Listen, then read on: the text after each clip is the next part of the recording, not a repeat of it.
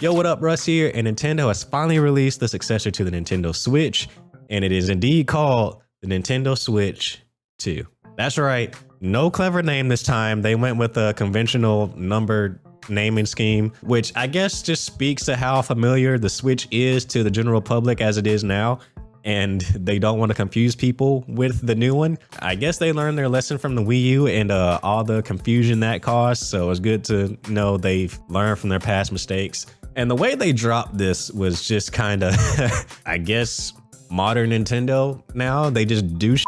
Like, they literally just dropped a 2-minute trailer that morning, giving first look at the system like, here, damn, here's the console. Can y'all leave us alone now? Shut the up. Jeez. But it did give us quite a concise look at the console itself. You can honestly see a lot of the details and see a lot of the changes they made to it. They don't really say anything about it at all. The overall theme of this thing is that everything is just bigger. Starting out with the screen itself, the screen is a lot bigger. The bezels are shortened down a little bit, but still not as much as, you know, most of us would probably like. There's no information on what type of screen it is. A lot of us are assuming or hoping at the very least that it'll still be an OLED, because why would you downgrade? But at the same time, they could still want to have different SKUs of this console as well. A cheaper one and then a more upscale premium one. So that's also a possibility. But that's really it for the screen. Moving around the main body of the console, we got a new USB port at the top. I'm not quite sure what that's going to be used for. Maybe for some peripherals. There are downward facing speakers this time, as opposed to the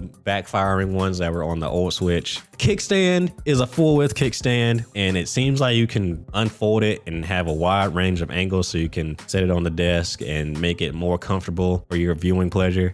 So that's pretty cool. It doesn't look as flimsy as the old one was. It seems like this will be more sturdy, as well as there's like rubber feet on the console now that'll keep it from sliding around or scratching up any surfaces that you might not want to have it scratch up. The Joy-Cons got a lot of love in this thing. For one, it seems like the default color scheme for this thing is just going to be like a flat gray. You're not getting the vibrant Joy-Con colors like you were before. Now, that being said, the color is still there. It's around the analog sticks and on the inner bumpers of the Joy-Cons when you take them off. I fully believe that they're going to release different colored Joy-Cons, and they might, and they'll probably have different color ones at launch too. I don't think they would do something like that, as people love collecting those things, and that was like one giant source of revenue for them. So I doubt they'd give that up. It wouldn't really make sense to me. But looking more at the Joy-Cons, they don't slot in place anymore. There's a new connector on the side of the Switch console now that they just, you know, I don't know what to really call this, but there's even a new sound effect for it.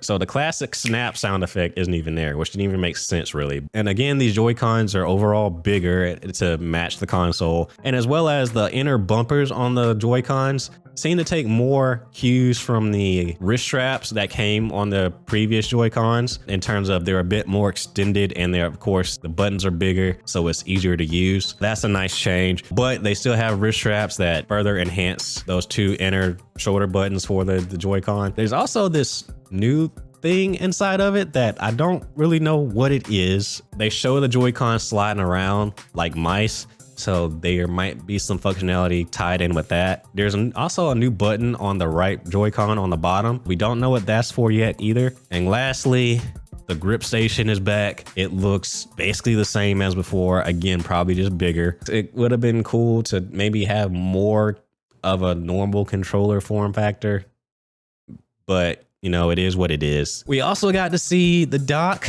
Of course, will probably be bigger too to match the console. And it's also a lot more rounded at the top this time around. Off of first look, I don't really like how it looks, but at the same time, it doesn't really matter, because you're probably not gonna be looking at it most of the time anyway.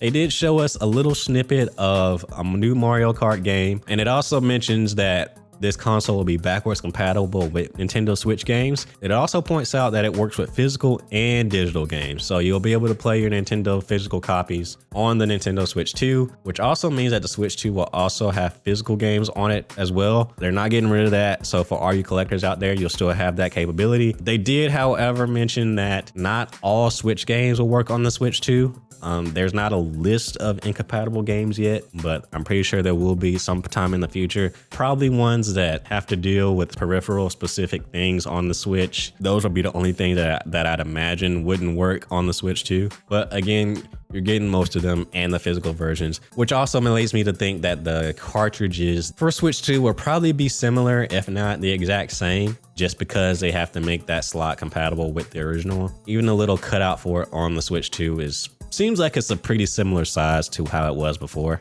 Now, as far as release for this console, all we got was 2025.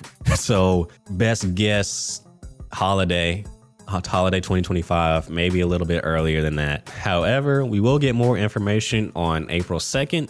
There's a direct coming out on that day that will probably just focus on the Switch 2, if nothing else. And also on top of that, you'll actually be able to get hands-on experience with this console through several live events that'll be happening in April, right after the direct, essentially. You will have to register for it and be lucky enough to get drawn in like a random drawing. So that kind of sucks.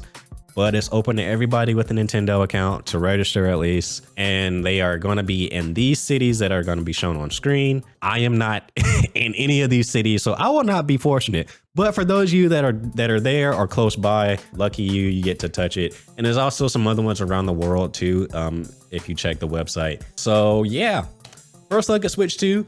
To be honest, I'm not really like overly excited, to be honest. Maybe because we don't really know too much of anything. We just seen it, and for right now, it really just looks like a bigger Switch. On top of that, like I said, I'm a person that has barely used their Switch in the 3-4 years that I've owned it, and so the fact that upgrading to a new one already doesn't really entice me because of that. Like until I see the next Pokemon, or if they make another Bayonetta game, or maybe if I see more Metroid, I'm really not quite in the market for this right now. But who knows? The direct could change my mind easily. So we'll have to wait and see what they show off and what they say. But yeah, Switch 2. Are you excited from this little reveal? What do you think about it? Let me know in the comments down below. As always, thank you for making it to the end of this video. If you want to see more content like this, please feel free to subscribe and like the video. And yeah, that's gonna do it for me. I'm Russ, and I'll catch you guys in the next one. Later.